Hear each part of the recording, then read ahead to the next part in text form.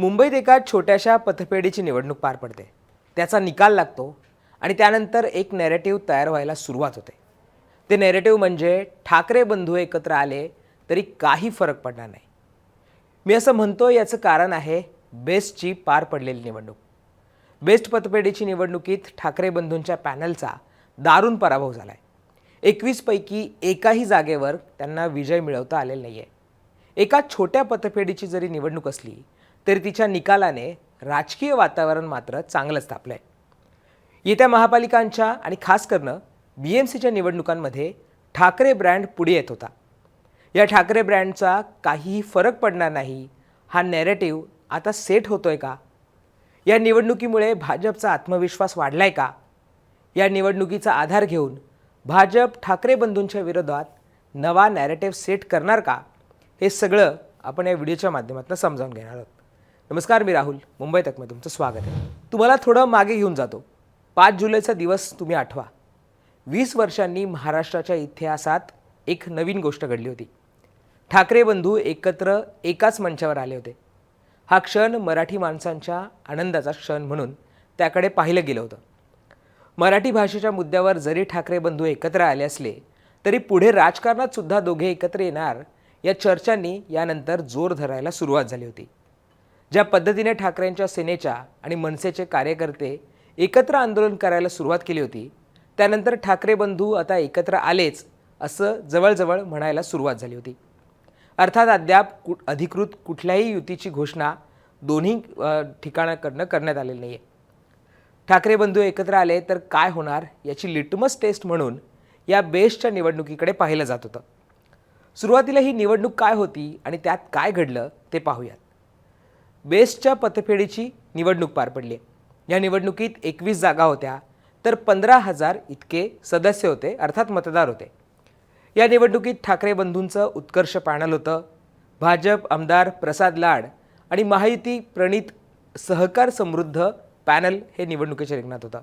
तर शशांकराव यांचं शशांकराव पॅनल हे देखील ही निवडणूक लढवत होतं. या निवडणुकीत शशांकराव पॅनलच्या 14 जागा निवडून आल्यात. प्रसाद लाड आणि महायुती प्रणित असलेलं सहकार समृद्धी पॅनल यांच्या 7 जागा निवडून आल्यात. तर ठाकरे बंधूंच्या उत्कर्ष पॅनलची एकही जागा निवडून आलेली नाही आहे.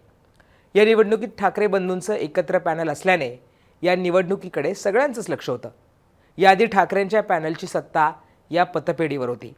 आता 9 वर्षानंतर ठाकरेंची सत्ता संपुष्टात आली आहे. एकीकडे ठाकरे बंधू एकत्र येण्याच्या चर्चा अंतिम टप्प्यात असताना या पराभवामुळे ठाकरे बंधूंना हा धक्का असल्याचं म्हटलं जात आहे. अर्थात ही जरी पतपेढीची निवडणूक असली तरी बाहेर जो संदेश जातो तो महत्त्वाचा मानला जातो.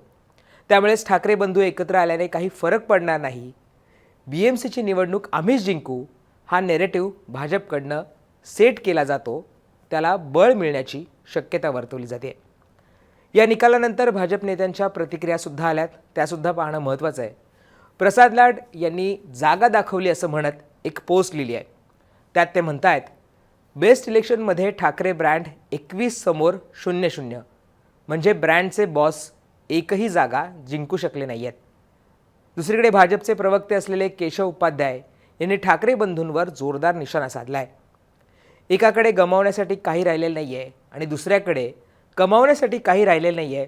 अशा 2 शून्यांची बेरीज केली आणि त्यावर कितीही शून्य जोडली तरी त्या गणिताचं उत्तर 0च येतं. हे शाळा न शिकलेल्या मुलांनाही माहीत असलेले उत्तर ओळखलं नाही तर काय होईल? या प्रश्नाचं उत्तर शोधण्यासाठी बेस्ट कामगार पतपेढीची निवडणूक निकालाकडे पहा. कालपर्यंत 2-0 आपली किंमत जोखायचं आव्हान देत होती. आज त्यांनाच त्यांची किंमत कळली आहे असं उपाध्याय त्यांनी त्यांच्या ट्विटमध्ये म्हटलेलं आहे. पतपेढी आणि संघटनांच्या निवडणुकांमध्ये सहसा ज्या संघटनेचे कर्मचारी अधिक असतात तोच पॅनल जिंकून येण्याची शक्यता अधिक असते. ठाकरे बंधूंचा एक पॅनल होता, त्यांच्या विरोधात महायुती प्रणित सहकार समृद्धी पॅनल आणि शशांकराव यांचं मोठं आव्हान होतं. शशांकराव हे भाजप पक्षात आहेत, त्यामुळे ठाकरेंच्या विरोधात इतर सगळ्या संघटना अशी ही एक प्रकारे निवडणूक झाली होती. BMC निवडणूक ठाकरेंच्या सेनेसाठी अत्यंत महत्त्वाची आहे. भाजप आणि शिंदे महापालिका ताब्यात घेण्यासाठी सर्व प्रयत्न करत आहेत. अशावेळी महापालिकेवर सत्ता कायम ठेवणं ठाकरेंसाठी एक आव्हान आहे. यात राज ठाकरे सोबत आले तर मराठी मतांचा टक्का वाढवून महापालिकेतील सत्ता कायम ठेवण्यासाठी ठाकरे प्रयत्न करत आहेत. ठाकरे बंधू एकत्र आले आणि मराठी मतं त्यांच्या बाजूने गेली तर भाजप आणि एकनाथ शिंदे यांची अडचण होण्याची शक्यता आहे. त्यामुळे मराठी माणूस हा आमच्यासोबत आहे हे सांगण्याचा प्रयत्न भाजप आणि शिंदेंकडनं करण्यात येतोय.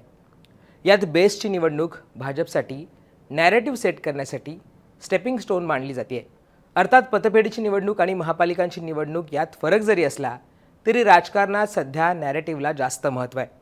त्यामुळे ठाकरे बंधू एकत्र आल्याने फरक पडत नाही हे नॅरेटिव्ह सेट करण्यात भाजप यशस्वी झाल्यास ठाकरेंसाठी ती धोक्याची घंटा ठरू शकते. तुमच्या याबाबत काय प्रतिक्रिया आहेत ते आम्हाला कमेंट करून सांगायला विसरू नका आणि मुंबई तकला सबस्क्राईब केलं असेल तर ते सुद्धा करा.